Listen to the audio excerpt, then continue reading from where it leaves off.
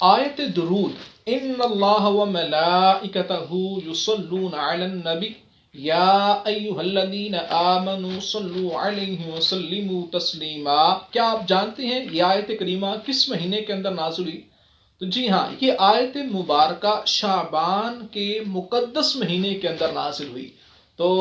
حضور دو عالم صلی اللہ علیہ وآلہ وسلم پر درود پڑھنے کے بے شمار فضائل ہیں۔ امام جعفر صادق رحمۃ اللہ علیہ فرماتے ہیں کہ شعبان کے مقدس مہینے میں جو حضور دو عالم صلی اللہ علیہ وآلہ وسلم پر 700 مرتبہ روزانہ درود پاک پڑھتا ہے تو اللہ تبارک و تعالی فرشتوں کو مقرر فرماتا ہے، وہ فرشتے اس بندے کا درود حضور دو عالم صلی اللہ علیہ وآلہ وسلم تک پہنچاتے ہیں، اور اس سے حضور دو عالم صلی اللہ علیہ وآلہ وسلم کی روح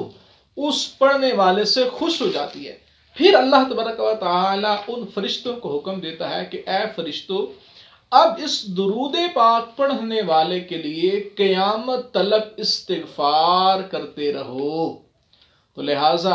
اگر آپ بھی یہ چاہتے ہیں کہ فرشتے آپ کے لیے استغفار کریں، اگر آپ بھی یہ چاہتے ہیں کہ حضور دو عالم صلی اللہ علیہ وآلہ وسلم آپ سے خوش ہو جائیں، تو شعبان کا مہینہ جاری ہے، آپ اس مہینے کے اندر روزانہ 700 مرتبہ درود پاک کو اپنا معمول بنا لیجئے۔